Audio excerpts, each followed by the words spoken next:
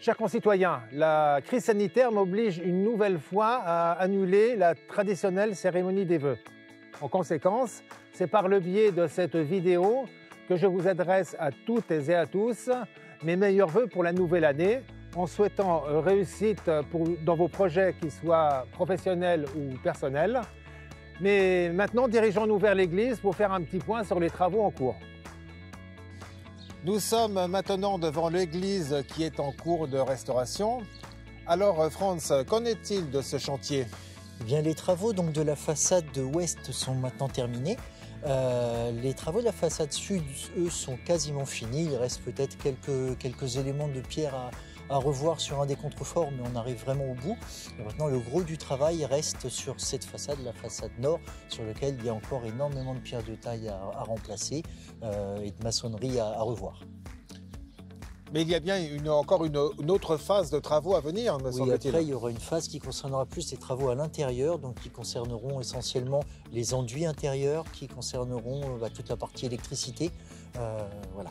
Alors, il y a aussi des changements dans le clocher, notamment on voit qu'il n'y a plus qu'un seul cadran à l'horloge. Alors en fait, la charpente du clocher a été remaniée et pour des raisons de place et de coût, il a été décidé de ne conserver qu'un seul cadran. En fait, ce qui posait un petit peu problème, c'était la place qu'occupaient les mécanismes. Donc on a décidé de conserver qu'un seul cadran, sachant que les deux autres sont maintenant exposés. Il y a un cadran qui est exposé au café associatif de Célesco, qui sera peut-être remis en fonction, on ne sait pas encore, mais en tout cas qui est là pour la déco. Et le deuxième cadran sera probablement peut-être dans un des autres bâtiments municipaux aussi en décoration. Une autre chose également, on aperçoit un certain nombre de trous dans les murs du clocher. Eh bien, en fait, dans le cadre du partenariat qui lie la commune avec la LPO, il a été identifié que les martinets noirs venaient nicher dans les murs de l'église et il a été décidé, en accord avec les Bâtiments de France, de conserver cet habitat pour les martinets. De même manière, derrière les abassons qui sont maintenant à la place des deux cadrans d'horloge, il a été installé un nichoir destiné à accueillir le rapace nocturne, donc la chouette effraie, en l'occurrence appelée aussi la chouette des clochers. Alors on constate également que la couleur de la porte principale de l'église a changé. Oui, alors elle est maintenant jaune. En fait, il se trouve que pendant les travaux de restauration des menuiseries, différentes teintes de peinture ont été identifiées. La plus ancienne qu'on ait pu répertorier est ce jaune qui daterait de Louis XIV à peu près. Donc il a été décidé de conserver cette teinte, c'est la plus ancienne qu'on ait pu voir. Eh bien, nous sommes ici sur le site du nouveau lotissement qui va bientôt émerger. Jean-François, où en est-on à propos de cette opération?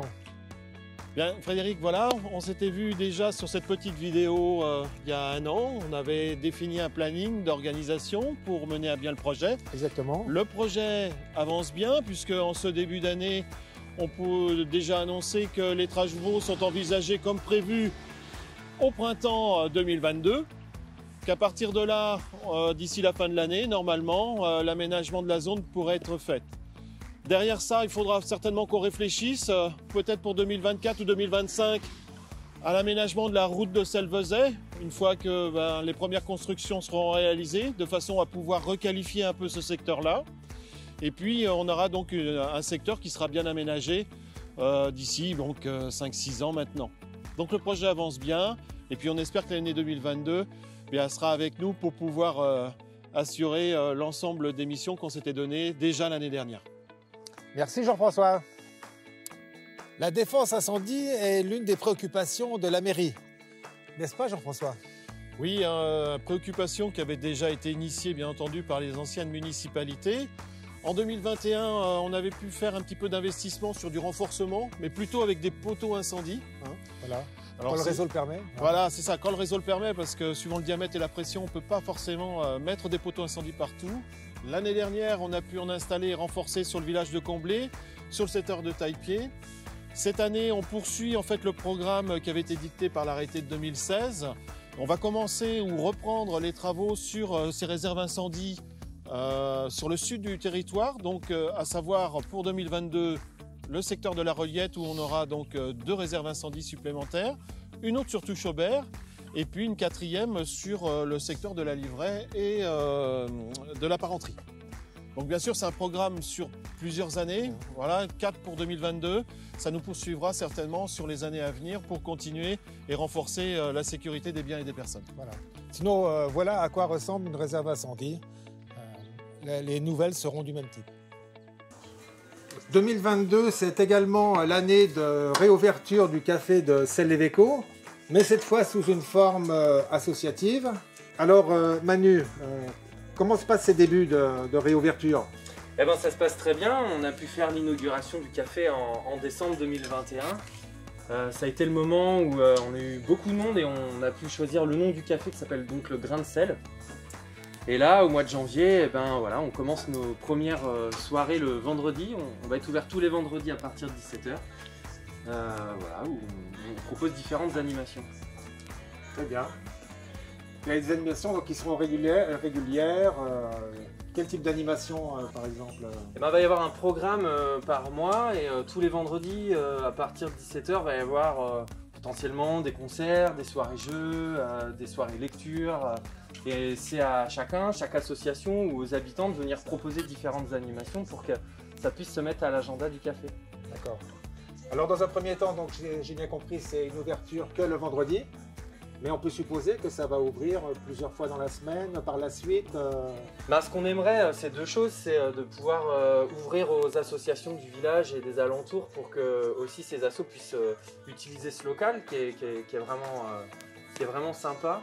Et puis après, avec l'association, on aimerait pouvoir ouvrir à d'autres moments, peut-être le dimanche matin, pour pouvoir faire aussi un marché de producteurs, et puis peut-être à d'autres moments. Pour le moment, on veut assurer les vendredis soirs. Parce que notre volonté, c'est que ce soit constant en fait l'activité, donc on veut commencer comme ça. Donc la gestion se fait sous forme associative. Combien de personnes sont impliquées dans cette association?